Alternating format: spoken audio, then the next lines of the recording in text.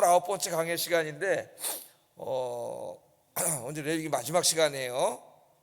그래서 레위기 말씀을 새벽기도 때 이제 오래전에도 이렇게 한 장씩 읽었는데 제가 다 읽지 않고 부목사님들하고 같이 이제 이렇게 같이 읽어왔죠. 그러다 이제 이렇게 이렇게 자세하게 읽기는 처음인 것 같아요. 이번에 상세하게 이제 하나하나 다 했습니다. 그래서 오늘은 이제 마지막 시간으로 하나님의 것을 하나님께 드리라, 그런 주제로 말씀을 전하겠습니다. 하나님의 것을 하나님께 드리라. 자, 이 세상에 존재하는 모든 것, 땅과 하늘과 바다에 존재하는 모든 것, 땅, 하늘, 바다 그러면 뭐 이 우주 전체 다죠. 시편 24편에 이 모든 것은 다 누구의 것이라 그랬어요? 하나님의 것이니라. 인정하십니까? 왜 하나님의 것이죠? 하나님이 창조하셨어요. 하나님이 주인이세요. 하나님의 것이에요. 하나님이 다 창조하셨고, 또 하나님은 창조하신 다음에 저 하늘 위에서 팔짱만 끼고 계시는 그런 하나님이 아니라 그랬죠. 오늘날 유럽인들은 2000년 기독교 문명을 가지고 있지만 유럽인들의 상당수가 하나님은 창조주임은 믿지만 하나님이 여전히 인간의 역사와 개인의 삶 속에 개입하신다는 건 믿지 않아요. 그런 신에 대한 태도를 이실론이라 그런다 그랬죠. 영어로는 디이즘이라고 하는데 이실론이라 그런다. 오늘 많은 서구인들이 그렇게 생각을 해요. 그러니까 여러분 새벽기도 나오셨잖아요. 왜 새벽기도 나오셨어요? 잠도 못 주무시고. 우리가 기도하면 하나님이 기도를 들으시고 우리가 기도하는 것들을 하나님이 이루어 주시기 때문에, 그걸 믿기 때문에 하는 거죠. 근데 이실론적인 신관을 가지고 있는 사람은 기도할 리가 없죠. 왜? 하나님이 전혀 개입하지 않는데, 개입하지 않으니까 아무리 우리가 기도해봐도 소용이 없는 거예요. 그러니까 그런 신관을 굉장히 조심해야 되고, 그렇게까지는 주장하지 않는다 할지라도 한국 안에, 우리 한국 교회 안에 정말 하나님이 지금도 살아계시고 막 역사하시고 개인의 기도를 들으시고 병도 고쳐주시고 위급할 때 구원도 해주시고, 어제 제가 설교한 것처럼 우리가 알지 못하지만 느끼지 못하지만 하나님은 여러분이 기도하시는 이 새벽 시간에 어디선가 나를 위해 일하고 계시고, 이런 전혀 안 믿는 거죠. 그 사람들 하나님이 있으나 마나에 저 위에만 계시기 때문에 그러니까 불쌍한 사람들이 고아예요, 고아. 근데 하나님이 살아계세요. 자, 그래서 우리 이제 이 하나님께 오늘 드리는 것인데 오늘 세 가지를 이야기를 합니다. 하나님께 서원한 것, 그 다음에 가축과 곡물의 첫 태생인데 오늘 이제 가축만 나와요. 여기는 다른 데는 곡물의 첫 태생도 나오는데, 그 다음에 이제 우리 소득의 10분의 1, 그것은 우리 게 아니라 하나님의 것임을 가르쳐요. 근데 모든 게 다 하나님의 것이지만 그것을 인정하는 우리의 신앙생활이 뭐냐면 첫 열매를 하나님께 드리고 11조를 하나님께 드리는 거예요. 서원 헌금은 이제 사실은 선택적인 것이죠. 자기가 하나님께 드리겠다고 서원을 했기 때문에 서원한 순간부터는 내 게 아니에요. 그게 아직 드려지진 않았지만 하나님의 것이에요. 그래서 오늘 이 세 가지 헌금에 대해서 이야기를 하려고 하는데, 하나님께서는 이제 하나님이 살아계시고 역사하시는데, 하나님은 모든 우주 만물 안에 존재하시지만 임재하시지만 특별히 성전 안에 하나님이 특별히 임재해 계시죠. 그래서 성전을 통해서 우리 죄를 사해 주시고 거기 계시면서 기도를 들어주시고 예배를 받으시고 우리와 만나 주신다 그랬어요. 그래서 구약의 성전의 개념은 하나님이 계신 곳과 인간이 살고 있는 이 세상이 이렇게 이제 동심원으로 만나는 데, 성경을 읽으면 이 만나는 데가 어디예요? 성전이에요, 성전. 그래서 성전을 에스겔 1장에 보면은 하나님의 발등상이라 그러죠. 발등상. 하나님의 보좌가 하늘 보좌에 하나님이 앉아 계시고 거기 앉아 있는 다리가 쭉 내려와 있잖아요. 그 다리가 인간의 성전에 있으니까 하늘 보좌와 인간의 성전은 연결되어 있는 거예요. 그래서 이게 구약 시대만 그런 게 아니라 신약 시대에도 사도 바울이 고린도전서 3장 16절 17절에 너희 교회는 뭐예요? 하나님의 성령이 임하시는 하나님의 성전임을 알지 못하느냐. 신약에도 그 의미가 똑같이 오는 거예요. 신약은 물론 이제 도를 지은 성전이라는 개념보다는 공동체 의식이 더 강하지만, 공동체가 건물이 있어야 모이니까 건물도 다 교회인 거죠. 그 교회, 예수 믿고 구원받은 하나님의 백성들이 모여서 예배하는 곳이 성전이 되고 하늘과 땅이 만나는 곳이 돼. 여기 하나님이 임재해 계시는 거예요. 그래서 바울이 구약의 신학을 가져와서 하나님이 임재해 계신다는, 하나님이 임재해 계십니다. 오늘도 여러분 우리가 이렇게 와 있지만은 하나님이 이곳에 여러분과 함께 계시는 줄로 믿습니다. 예. 그러니까 이제 다시 구약으로 돌아가 보면 구약 시대 제일 중요한 게 뭐예요? 성전이에요. 성전에 하나님이 임재해 계시기 때문에, 그럼 성전에서는 매일 아침 저녁으로 아침 제사 저녁 제사가 드려진 곱하기 365, 365일 동안 아침 제사 저녁 제사가 드려지고, 다윗은 그 제사 때마다 하나님을 찬양하기 위해서 악기를 다루는 4,000명의 성가대를 만들어 가지고 매일 아침 저녁으로 하나님을 찬송하게, 그래서 다윗이 복받은 거예요. 그렇게 하나님의 교회를 만들었죠. 그런데 그 안에는 제사장들, 특별히 레위 지파는 하나님이 12지파 중에 따로 구별해 가지고 땅 주지 않았어요. 세상 일 하지 않도록 했습니다. 오직 성전에서만 봉사하게 했어요. 그 지파가 레위 지파 한 지파예요. 그 안에 제사장도 있고 레위인도 있는데, 이 사람들이 이제 하루에 2번씩 365일 매일 이제 순번을 짜 가지고 하나님의 성전에 와서 일을 해야 되고, 그러다 보면 그 사람들은 생계를 주지 않았기 때문에 하나님이 월급을 주시는 거죠, 그 사람들은. 근데 하나님이 어떻게 해서 월급을 주시는 거예요? 성도들이 11조를 내고 첫 열매를 내고 하나님 앞에 드리게 하고, 그 사람들은 하나님께 드린 거예요. 하나님께 드리면 하나님이 그것을 받으셔가지고 그것으로 제사장과 레위인들에게 이제 생활비를 주시는 거죠. 나머지 다른 사람들은 자기가 밭에 가서 열심히 일하고 가축을 치고 이래서 벌어서 자기가 쓰는 것이고, 사도 바울은 이제 고린도전서 9장에서 이 이야기를 하면서 복음을 위해서 일하는 자들 마땅히 복음으로 말미암아 살 것이니라. 그래서 이제 신약에도 똑같습니다. 이 원리를 그대로 적용했어요, 하나님께서. 그래서 제사장이 그렇게 한 것처럼 신약에서도 목사가 제사장하고 똑같은 건 아니지만 그 특별한 의미를 가지고 있다 그랬죠. 전문적인 의미를, 전문직으로서의 제사장, 만인 제사장은 우리 모두가 다 제사장이고, 우리 모두가 하나님 앞에 가서 회개 기도를 할 수 있잖아요. 석대 제사를 드리고, 그런 의미에서 다 제사장이지만은 특별히 예배를 집례하고 말씀을 강론하고 이런 특별한 전문직으로서의 제사장의 기능은 목회자에게 그렇게 내려오는 거죠. 그래서 목회자들은 다른 일을 하면 안 돼요. 제가 다른 일하고 직장 생활하고 다 언제 설교 준비하고 언제 교회를 목회하게 했어요. 그렇게 하지 않도록 구약의 원리를 그대로 가져오게 하셨어요. 그래서 하나님의 성전과 교회가 유지되기 위해서는 성도들이 나가서 열심히 정직하게 벌어서 그걸 하나님께 드려야 되는 거죠. 10분의 1을 드리고, 뭐 여러 가지 여러분이 감사헌금도 드리고, 지금 뭐 교회 사랑헌금도 드리고, 주일헌금도 드리고, 선교헌금도 드리고, 여러분이 열심히 일해서 하나님께 드린 그것들이 어떻게 돼요? 하나님의 영광을 위해서 쓰여지고, 또 그 일에 앞장서서 일하는 다른 직업을 주지 않는 분들의 생계를 위해서 쓰여지고, 그렇게 하도록 하신 거예요. 이제 세 가지인데, 자, 첫 번째는 이제 서원에 대한 규례입니다. 서원. 우리는 서원 기도할 때 서원한 것은 반드시 갚아야 된다. 그렇게 이제 간단하게만 생각해 왔는데, 오늘 여기 보니까 서원을 할 때 뭐 사람을 드리기로 서원한 사람도 있고, 집을 드리기로 서원한, 땅을 드리기로 서원한 사람도 있고, 이게 굉장히 다양한 거예요. 그래서 그때마다 하나님께서 세밀하게 오늘 이제 지침을 다 주시는데, 1절에서 25절까지 오늘 본문의 대부분이 서원 예물에 대한 것이에요. 그래서 이걸 자세히 읽어보면은 하나님이 굉장히 세밀하신 분입니다, 여러분. 세밀하신 분이기 때문에 그 모든 하나님이 규례를 주셨는데, 이 규례와 저 규례가 상충하고 충돌하지 않도록 그걸 다 오늘 보면 다 예방을 해놓으세요, 하나님이. 그래서 이제 깜짝 놀라고, 야, 하나님의 일을 하겠다고 난 목사는 정말 이렇게 세밀하고 다 이것저것 하나 모순되지 않도록 정말 세밀하게 잘해야 돼요, 목회자가. 이걸 하나님한테 배우게 되는 거예요. 우리 여러분들도 마찬가지예요. 자, 먼저 사람을 드리기로 서원한 경우가 있어요. 사람을. 2절에서 8절에 나오는데요, 사람을 드리기로. 2절에 보면 이스라엘 자손에게 말하 이르라, 만일 어떤 사람이 사람의 값을 여호와께 드리기로 분명히 서원하였으면 너는 그 값을 정할지니라. 근데 우리말 성경에 사람의 값을 여호와께 드리기로, 뭔가 좀 이상해요. 이제 새번역 성경에 보면 좀 더 자세하게 알 수가 있습니다. 무슨 말인지 쉽게 풀어서 번역을 했어요. 새번역 성경은 이렇게 문자로 번역한 게 아니라 쉽게 풀어서 번역을 한 장점이 있습니다. 그러나 왜곡되게 번역할 수 있기 때문에 조심은 해야 됩니다. 자, 이렇게 번역했어요. 너는 이스라엘 자손에게 말하여라, 그들에게 다음과 같이 일러라. 어느 누구든지 주에게 사람을 드리기로 서약하고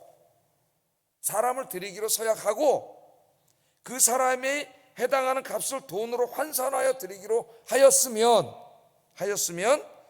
그 값은 다음과 같이 드려야 된다, 그 말이 되는 거예요. 사람을 드리기로 서약한 거예요.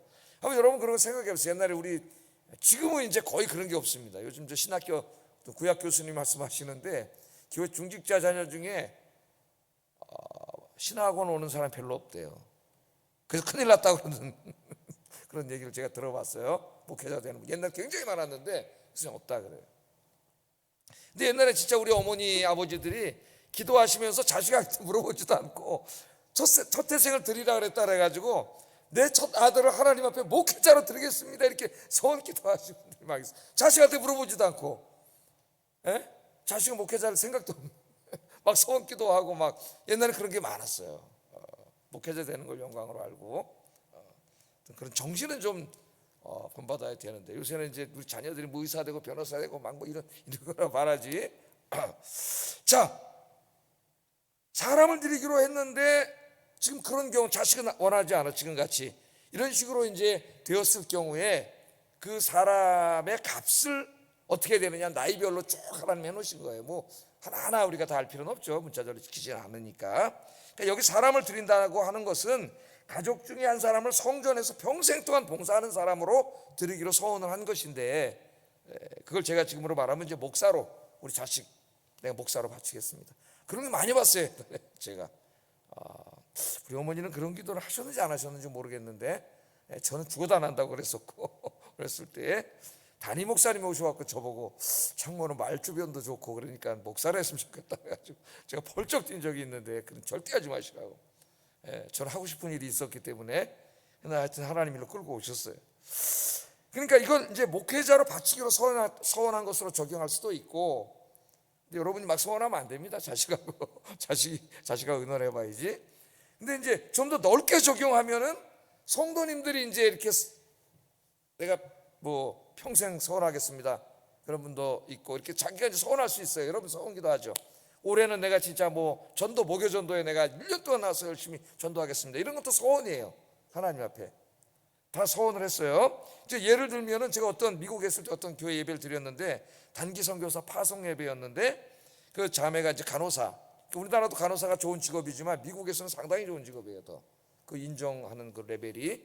근데 간호사인데 이제 이분이 자기가 아프리카인가 여기 카자흐스탄 뭐 어떻게 하여튼 정확히 기억은 안 나는데 3년 동안 단기 선교사로 이제 헌신을 하고 그 파송 예배를 드리는 시간인데 잠깐 나와서 그 자매가 이야기하는데 자기는 인생에 이게 간호사로 되면서 무슨 선교사로 나가겠다는 생각은 1도 없었다는 거죠.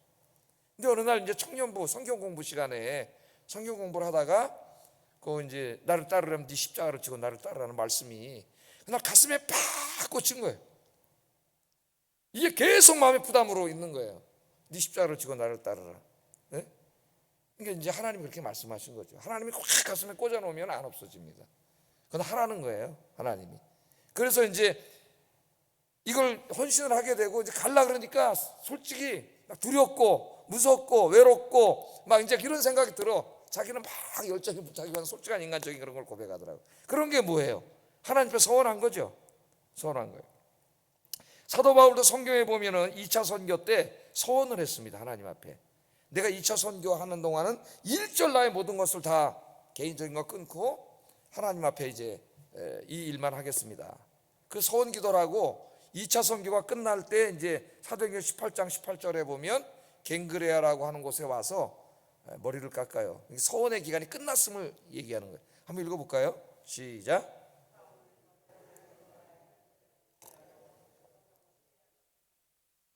브리스길라와 아굴라도 함께하더라. 바울이 일찍이 서원이 있었으므로 겐그레아에서 머리를 깎았더라. 그러니까 왜 서원했겠어요? 사도 바울이 자기를 하나님 앞에 더 이렇게 올가맨다는 건 좀 말이 이상하고, 그 2차 선교의 사명에서 내가 조금 더 인간적인 연약함 때문에 흐트러지지 않게 하는 자기가 다짐을 한 거죠. 그러니까 서원을 한 거예요. 근데 이제 그 2차 선교가 끝나니까 서원 기간이 끝났기 때문에 갱그레아에서 이제 서원하면 머리를 안 깎잖아요. 이스라엘 사람들이 머리를 깎고 이제 2차 선교에 소임을 다한 거죠. 그렇게 이제 할 수가 있습니다. 자, 그런데 이런저런 이제 구약 시대에도 하나님 앞에 드리겠다고 다 소원을 했는데 무슨 이유라고는 하나님께서 이렇게 구체화하지는 않았지만 어떠한 이유로 이 소원을 이행하지 못하게 될 때에 그때는 어떻게 돼요? 이제 나이별로 하나님 앞에 헌금으로 그것을 대신하도록 하나님이 해준 말씀들이 오늘 여기 쭉 나와요. 그래서 이제 제가 목회를 하다 보니까 어떤 분은 목요 전도를 나와가서 전도하고 싶으신데 자기 이제 개인적인 이제 직장이 있거나 이래 가지고 가끔 이런 분들이 헌금을 내셔요. 목요 전도에 참석해서 전도하고 싶으나 제가 그걸 못하기 때문에 이 헌금으로 드립니다. 그게 몇 번 제가 봤어요.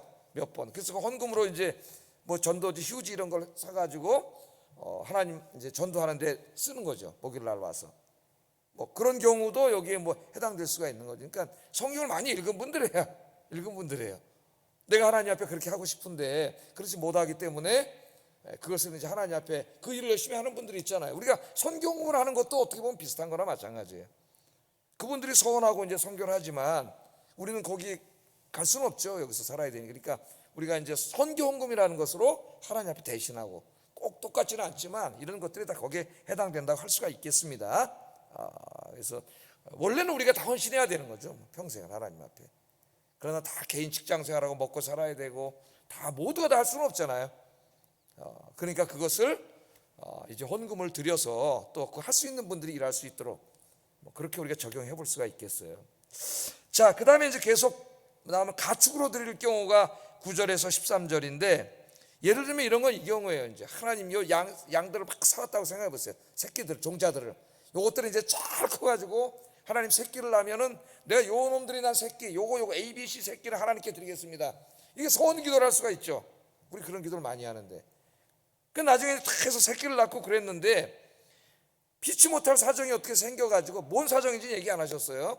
그 문자 그대로 그 새끼를 드리지 못할 때는 그 값을 하나님께 드려야 되는데 그때는 5분의 1, 20%를 더해서 드리라 했어요.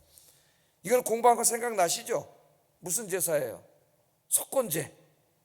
속건제는 하나님에 대한 보상, 이웃에 대한 보상, 손해배상 끼쳤을 때는 5분의 1, 20%를 더해서 드리라 그랬습니다.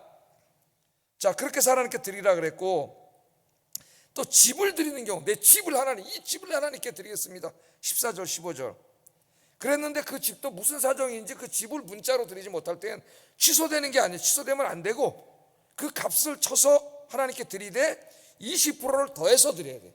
하나님 앞에 속건제로 그 집을 드리기로 했는데 무슨 사정이 있어 이 집을 못 드려.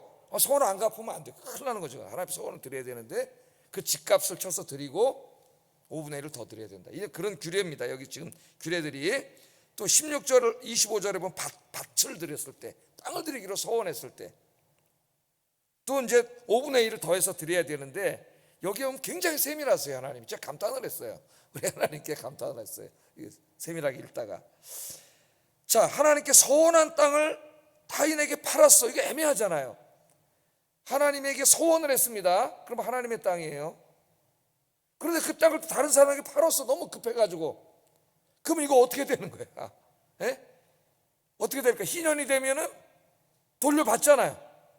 희년법하고 이게 얽혀 있어요. 모순이 될 수가 있습니다. 희년법하고. 하나님께 소원한 땅을 타인에게 팔았어. 그럼 어떻게 해야 돼요? 희년이 되면은 그 땅은 하나님께 소원한 거기 때문에 자, 이게 땅이라고 생각을 해보세요. 땅이에요. 이게 땅. 하나님, 내가 이 땅을 하나님께 드리겠습니다. 3년 후에 드리겠습니다. 그랬다 쳐보세요. 땅이에요. 하나님께 3년 후에. 근데 지금 너무 2년 후에 너무 밥이 급해졌어요. 이거 팔았어. 밥을 굶어가지고. 하나님 건데 제가 방금 저 사람 갔잖아요. 희년이 되면 이게 다시 나한테 오잖아요. 희년 때 물려받으면 이 사람이 받을 수가 없어요. 하나님께서 원했기 때문에. 누구께 된다 그랬어요? 제사장의 기업이 될지니라. 제사장. 하나님께 드려진 거기 때문에 제사장의 기업이 되는 거예요. 너무나 세밀하시더라고 하나님이. 또 다른 경우도 있습니다. 다른 사람에게 산 밭을 다른 사람에게 샀잖아요. 근데 이거 희년에 돌려줘야 되거든. 이거는. 근데 여호와께 이걸 드리기로 소원을 했어. 그러면 희년법하고 또 얽히잖아요. 하나님이 이미 내가 밭을 샀어도 희년이 되면 원주인에게 돌려줘야 되는데 이걸 내가 산 다음에 하나님께 드리기로 소원했어요. 희년이 되면 원주인에게 이건 돌려주라는 거예요. 돌려주고 그 값을 쳐서 하나님께 드려야 되는 거죠. 그러니까 이걸 보면은 하나님이 지금 굉장히 많은 규례를 주셨는데 이게 아둔하게 적용하면 막 충돌이 돼. 근데 하나님이 여기 몇 가지 예를 들어서 전혀 충돌이 되지 않도록 상세하게 다 규정을 하고 있다는 거예요. 그러니까 하나님이 그런 분이에요. 하나님은 무질서하게, 무계획하게, 게으르게, 나태하게 막 이렇게 하면 안 돼. 모든 걸 고려하고 모든 사람을 고려해가지고 이게 충돌되지 않고 문제가 생기지 않도록 잘 계획을 세워야 되고 이게 잘 진행되도록 기도해야 되고 굉장히 세밀한 일입니다. 목회뿐만 아니라 여러분이 하시는 맡은 일들도 하나님의 일들도 잘 감당해야 되는 거죠. 자, 여기에 제일 중요한 게 뭐냐면 이미 벌써 저렇게 시간이 됐네. 제일 중요한 게 뭐예요? 서원한 것은 내가 아직 실현하지는 않았더라도 내 게 아니라는 거예요. 누구 거예요? 하나님의 것이므로 반드시 갚아야 됩니다. 오늘은 여기서 끝나지만 그러나 하나님이 또 다른 율법 책에서는 예외 규정도 더 두셨죠. 예를 들어서 이제 부부가 있는데 부인이 가서 혼자 서원을 했어요. 남편하고 서원도 안 하고. 근데 집에 돌아와서 남편에게 얘기하니까 남편은 생각이 달라요. 그럴 경우에는 남편과 상의하지 않았기 때문에 그 서원은 무효가 됩니다. 무효가. 그렇게 가르쳤어요. 왜냐하면 그런 가정이 깨져요. 또 어떤 딸이 시집 안 간 딸이 가서 은혜 받아가지고 아버지도 몰래 자기가 집 문서를 갖다 바치겠다 그랬어요. 서원을 했어요. 집에서 얘기하니까 아버지가 벌쩍 뛰어. 아버지랑 상의하지 않았잖아요. 그럴 때 내버려두면 가정이 깨져요. 그렇기 때문에 그런 경우도 동의가 되지 않으면 그 서원은 취소가 되는 거예요. 이런 자세한 규정까지 성경을 여러분 모세오경을 한번 잘 읽어보세요. 이미 공부했어요. 우리가 다 새벽 때 다 하나님 규정에 하나님 그런 분이라는 거 아시고 우리 하나님 맡겨진 일을 감당할 때에도 여러분 인생도 잘 사시고 감당하시기를 주의 이름으로 축복합니다. 두 번째는 생축의 첫 새끼. 빨리빨리 하겠습니다. 생축의 첫 새끼 여호와의 것이라 그랬어요. 첫 새끼, 첫 태생 가장 귀한 것들입니다. 곡식 추수할 때 첫 추수 다 그 하나님께 드렸어요. 가장 귀한 것이죠. 여기는 이것들도 우리 교회 청년들이 직장 들어가서 첫 월급 탄 걸로 드려가지고 앞에다 사놓은 거예요. 첫 월급 가장 귀한 것 하나님의 것이고. 자, 그 다음에 여호와께 바친 물건들 헌금들은 무엇이든지 28절 29절에 보면 물을 수 없습니다. 한 번 바치면.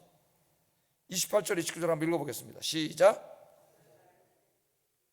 오직 여호와께 온전히 바친 모든 것은 사람이든지 가축이든지 기업에 바치든지 팔지도 못하고 무르지도 못하나니 바친 것은 다 여호와께 지극히 거룩함이며 온전히 바쳐진 그 사람은 다시 무르지 못하나니 반드시 죽일지니라. 하나님께 이미 바쳤어요. 이거는. 그래놓고 며칠 있다 보니까 좀 마음이 바뀌었어. 그거 돌아주세요. 그렇게 할 수 없다는 거예요. 이미 하나님께 바치면 하나님 거예요. 네? 반드시 죽일지니라. 하나님께 바친 것은 이미 바친 겁니다. 나 헌금 많이 냈는데 도로 물러주세요. 반만. 그렇게 할 수 없다는 거예요. 하나님께 바치면 다 거룩한 것이고 하나님의 것이고. 마지막 이제 11조에 대해서 가르치던 게 여기 나오는 말씀이에요. 제가 10분의 1은 내게 아닙니다. 하나님께 드려져서 그것이 하나님 그 돈을 헌금을 받으시고 그걸로 이제 제사장과 레위인의 사례비를 주시고 성전 예배에 운행하도록 하나님 이렇게 쓰시는 거죠. 11조가 30절 31절 읽어봅니다. 시작.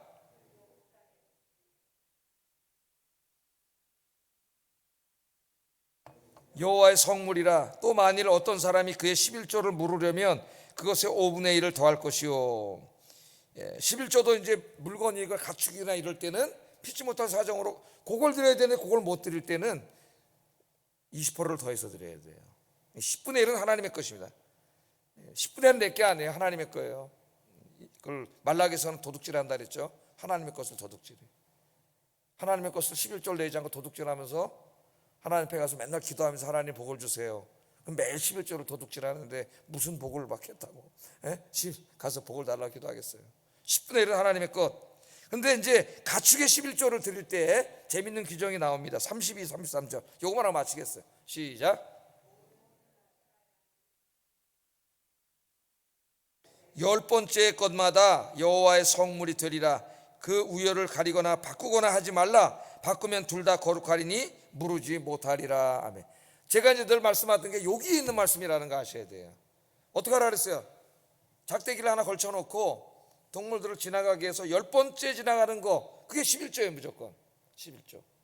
그런데 어떻게 한다 그랬어요? 나중에 저 말라기에 보면 어떻게 해요? 사람들이 아까우니까 요쪽에 병든 거, 눈먼 거, 쓸모없는 거, 못 쓰는 거 이런 것들 잔뜩 갖다 놓고 양들을 지나가게 하다가 10번째 하나님께 지나갈 때 이걸 뚝 쳐가지고 지나가게 해서 하나님께는 다 채 못 쓰는 거 그런 거 갖다가 바치는 거죠. 계속 10분의 1 이걸 이 말씀대로 해야 되는데 요걸 그대로 문자로는 하지만 악용하는 거예요.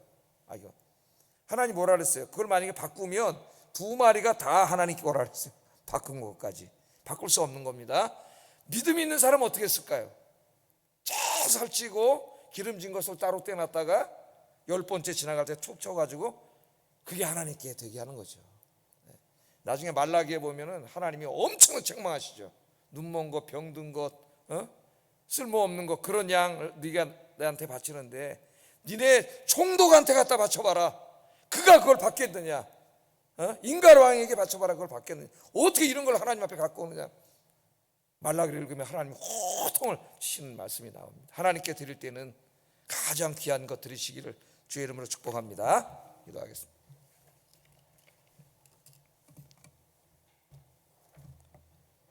자, 첫 번째, 오늘 소원에 대한 많은 것을 가르치는데 우리가 알게 모르게 하나님께 소원을 많이 하고 삽니다. 하나님께 소원한 것이 무엇이 있는가를 생각하여 소원한 것은 반드시 하나님께 드리게 하시고 그것이 뭐 다른 어떤 대상인데 그걸 피치 못해서 못하게 하면 5분의 1 더 하라 그랬어요. 두 번째, 나의 모든 소유가 하나님의 것임을 인정하고 모든 소득의 11조를 아낌없이 드릴 수 있게 하여 주시옵소서. 기도하겠습니다.